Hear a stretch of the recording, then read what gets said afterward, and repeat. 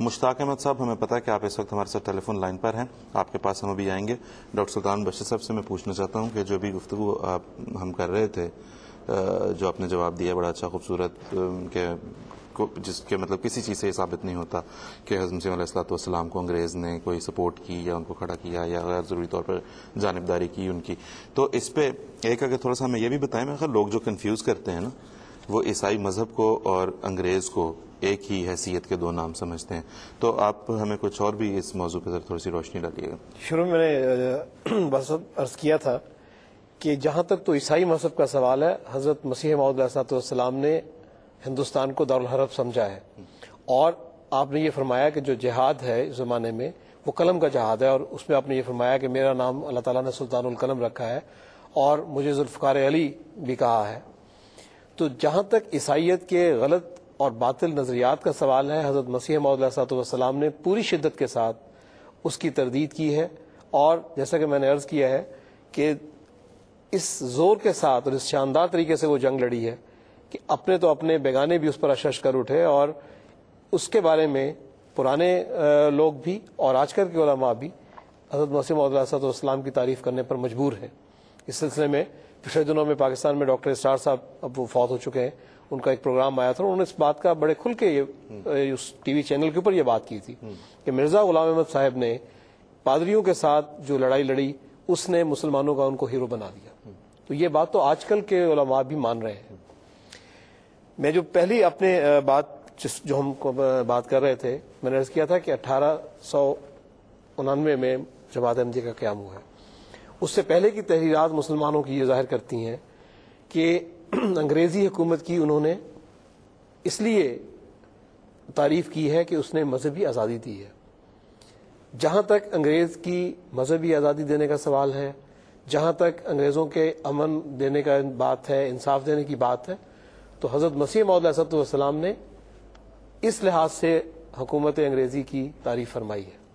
اس لیے دونوں باتوں کو علیحدہ علیحدہ رکھنا چاہیے، عیسائی مذہب کو اور انگریزی حکومت کے اس سارے سینیریو کو۔ میں عرض کر رہا تھا کہ 1889 سے پہلے یا 99 سے پہلے، جماعت کے قیام سے پہلے کی جو تحریرات تھیں میں نے پیش کی۔ اب کرونیکلی بہت سی باتیں ہیں، لیکن صرف ایک گیسٹر دینے کے لیے، ایک بات کرنے کے لیے میں عرض کروں کہ کچھ میں نے اسکپ کیا ہے۔ پھر 1901 میں ہم آ جاتے ہیں، اس میں ملکہ وکٹوریہ کی وفات ہوتی ہے جی۔ اور ملکہ وکٹوریہ کی جس دن وفات ہوئی ہے 22 جنوری 1901 کو، اس دن عید الفطر کا دن تھا، چھوٹی عید تھی ہندوستان میں،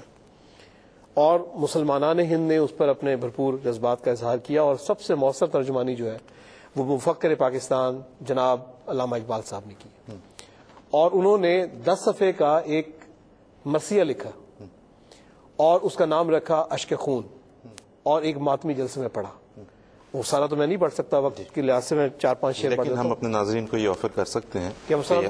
ہم سارا جو ہے چاہیں تو ہم آپ کو پرووائڈ کریں گے جی، کیونکہ یہ چھپا ہوا موجود ہے۔ اس کے چند اشعار یہ ہیں کہ میت اٹھی ہے شاہ کی تعظیم کے لیے، اقبال اٹھ کے خاک سر راہ گزار ہو، خاک سر راہ گزار ہو، صورت وہی ہے نام میں رکھا ہے کیا، دیتے ہیں نام ماہ محرم کا ہم تجھے۔ وہ عید ہے لیکن اس کو محرم قرار دے رہے ہیں، اور پھر کہتے ہیں کہ کہتے ہیں آج عید ہوئی ہے ہوا کرے، اس عید سے تو موت ہی آئے خدا کرے۔ اور حضرت مسیح علیہ السلام پر تو یہ الزام لگاتے ہیں کہ آپ نے حکیم الامت صاحب، حکیم الامت مفکر پاکستان جناب علامہ اقبال صاحب کی میں بات کر رہا ہوں، اسلام کے گویا سب سے بڑے ہمدرد جی اس زمانے میں۔ اور یہ بات بھی یاد رکھیں کہ حضرت مسیح علیہ السلام کی مخالفت میں علامہ اقبال صاحب کو بھی پیش کیا جاتا ہے اور کوٹ کیا جاتا ہے۔ تو حضرت مسیح علیہ السلام پر یہ الزام بھی لگایا جاتا ہے کہ آپ نے انگریز کو سایہ خدا کہا ہے۔ علامہ اقبال یہ کہہ رہے ہیں، اب یہ 2 شعر سنیے کہ اے ہند تیرے سر سے اٹھا سایہ خدا، یعنی وہ ملکہ وکٹوریہ کو سایہ خدا قرار دے رہے ہیں۔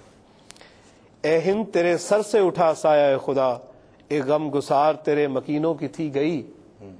ہلتا ہے جس سے عرش یہ رونا اسی کا ہے، زینت تھی جس سے تجھ کو جنازہ اسی کا ہے۔ تو یہ تو علامہ اقبال صاحب نے 1901 میں کہا۔ حضرت مسیح علیہ السلام کی زندگی میں 1906 میں مسلمانان ہند کی تاریخ میں ایک اور واقعہ ہوتا ہے، اور وہ ہے آل انڈیا مسلم لیگ کا قیام۔ اور اس کے اغراض و مقاصد میں جو پہلا مقصد رکھا گیا وہ میں انگریزی میں پڑھ کے سناتا ہوں جو اس میں ریزولوشن میں تھا، اور یہ بھی foundation of Pakistan all India Muslim League documents by Sharifuddin Pirzada صاحب کی کتاب ہے، اس کے والیوم 1 پیج 5 پہ لکھا گیا ہے، اور مقصد یہ تھا to promote among the Muslims of India feelings of loyalty to the British government and to remove any misconception that may arise to the intention of government with regard to any of its measures. اور صرف اسی پہ نہیں ہے 1906 میں، بلکہ بعد کے جتنے بھی سالانہ اجلاسات ہوئے ہیں ان میں برٹش کراؤن کی وفاداری کا دم بھرا جاتا رہا ہے. بالکل. پھر ہم 1907 میں آ جاتے ہیں جی، اور اس میں بھی مسلم لیگ کا قیام ہوا ہے پنجاب میں، اس میں کے مقاصد میں بھی یہی بات ہے. لیکن ایک بات جو میں عرض کرنا چاہتا ہوں یہ ہے کہ تاریخی واقعات کی ایک زبان ہوتی ہے، اور اگر وہ بولے تو یقیناً سننا پڑتا ہے. ندوۃ العلماء کے بارے میں یہ بات ثابت ہے کہ انگریز نے اسے قائم کیا، وہی ان کے مشاہرے دیتے رہے جن پر یہ مولوی پلے ہیں جو آج انگریز کے مجاہد اول کے دشمن بنے ہوئے ہیں. اور تو ندوہ جو ان کا اپنا رسالہ ہے اس میں یہ لکھا ہوا ہے کہ ہز آنر لیفٹیننٹ گورنر بہادر ممالک متحدہ نے منظور فرمایا تھا کہ دارالعلوم ندوۃ العلماء کا سنگ بنیاد اپنے ہاتھ سے رکھیں گے. یہ تقریب 28 نومبر 1908 کو عمل میں آئی، اور یہ پہلا موقع تھا کہ مذہبی دستگاہ کا جو سنگ بنیاد ہے وہ غیر مذہب سے رکھا جا رہا تھا. اور پھر نہ صرف زمین دی ان کو بلکہ 6,000 روپے سالانہ کی گرانٹ بھی منظور کی، انگریز نے منظور کی. اور ان کے جو اغراض و مقاصد ہیں وہ میں واضح کرنے کے بعد اپنے بیان کو ختم کر دوں گا.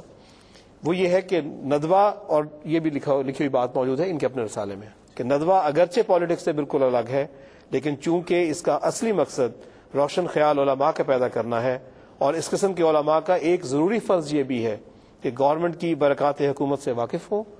اور ملک میں گورنمنٹ کی وفاداری کے خیالات کو پھیلائیں. اور یہ بات جولائی 1908 کے ندوہ میں شائع شدہ ہے، جبکہ حضرت مسیح موعود علیہ السلام کی وفات کو قریباً 1.5-2 ماہ ہو چکے تھے. اور بالکل آخری بات میں یہ کروں گا ان تمام حوالہ جات کے بعد کہ حضرت مسیح موعود علیہ السلام وہ واحد جری اللہ تھے جنہوں نے ملکہ وکٹوریہ کو دعوت اسلام دی. اور اگر دیکھا جائے تاریخ کے حوالے سے تو کسی دوسرے لیڈر کو، کسی مسلمان عالم دین کو، کسی سیاسی لیڈر کو یہ توفیق نہیں ہوئی کہ وہ ملکہ کو اس طرح لکھ سکتا. اور اگر حضور نے صرف انگریزی کی خوشامد کرنی تھی تو پھر حضور نے ملکہ کے عقائد کو باطل کیوں کہا؟ بالکل. اور کیوں آپ نے ان کی ناراضگی کا استعمال لینی تھی؟ تو حقیقت بات یہی ہے کہ حضرت مسیح موعود علیہ السلام نے جری اللہ بن کے ملکہ کو دعوت اسلام دی ہے. اور یہ بات سب مانتے ہیں، اور حوالوں سے جتنے حوالے بے تحاشا حوالے ہیں، مطلب 20، بلکہ اگر میں کہوں کہ لاتعداد حوالے ایسے موجود ہیں کہ یہ نہ صرف حضرت مسیح علیہ السلام اس دور میں بلکہ تمام علماء اور مسلمان مشاہیر انگریزوں کی وفاداری کا دم بھرتے رہے. بالکل. مطلب کہنے کا مقصد یہ ہے ناظرین کہ آپ کو جو تصویر دکھائی جاتی ہے جب یہ کہا جاتا ہے کہ حضرت مرزا صاحب علیہ الصلوۃ والسلام نعوذ باللہ انگریز کے خود کاشتہ پودے تھے، تو یہ بات آپ کو پرسپیکٹو میں سے نکال کے بتائی جاتی ہے، آئسولیٹ کر کے بتائی جاتی ہے. ضرورت اس بات کی ہے کہ اگر آپ کو تاریخی باتوں کے اوپر فیصلہ کن بیانات دینے کا اتنا ہی شوق ہے تو پھر آپ کو اس کے سیاق و سباق کو بھی دیکھنا ہوگا، اس بات کو، اس معاملے کو، اس احوال کو ہسٹورک پرسپیکٹو میں دیکھنا ہوگا. اس کا پورا تاریخی پس منظر کیا تھا، اس وقت کے حالات کیا تھے، باقی جو لوگ کہہ رہے تھے، باقی اس وقت لوگ کیا کہہ رہے تھے، ان سب باتوں کو دیکھنا ہوگا. تو ہم یہاں پہ بنیادی طور پہ کسی پہ کوئی اعتراض نہیں کر رہے کیونکہ یہ جماعت احمدیہ کا شیوا نہیں ہے. ہم صرف آپ کو یہ بتانا چاہ رہے ہیں جو پوری بات ابھی ڈاکٹر صاحب نے بیان کی کہ اس پورے بات چیت کو پورے پس منظر میں اور پیش منظر میں دیکھیں تو آپ کو پتہ چل سکے گا کہ در حقیقت بات تھی کیا. اور جس طرح کہ ابھی ڈاکٹر صاحب نے بھی بتایا کہ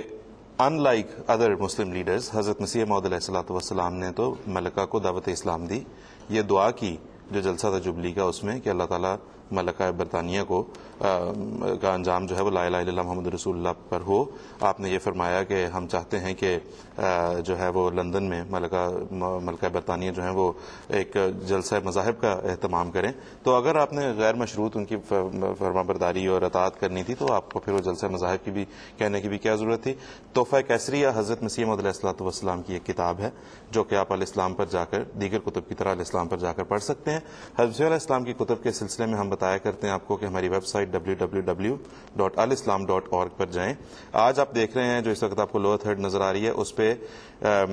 www.alislam.org/RK which stands for روحانی خزائن, یہ ہے جو کہ ڈائریکٹلی آپ کو حضرت مسیح علیہ السلام کی کتب تک لے جائے گا. اب سے پہلے تک ہم آپ کو ایک اینیمیٹڈ گرافک دکھایا کرتے تھے کہ آپ یہاں جائیں پھر وہاں جائیں. ابھی ہم نے الاسلام سے درخواست کی تھی ان کی انتظامیہ سے, تو انہوں نے یہ کیا ہے کہ جو ہیں قارئین اور ناظرین ان کی سہولت کے لیے کہ آپ ڈائریکٹلی alislam.org/RK کریں گے تو آپ ڈائریکٹلی حضرت مسیح علیہ السلام کے روحانی خزائن یعنی آپ کی کتب تک پہنچ جائیں گے. اس وقت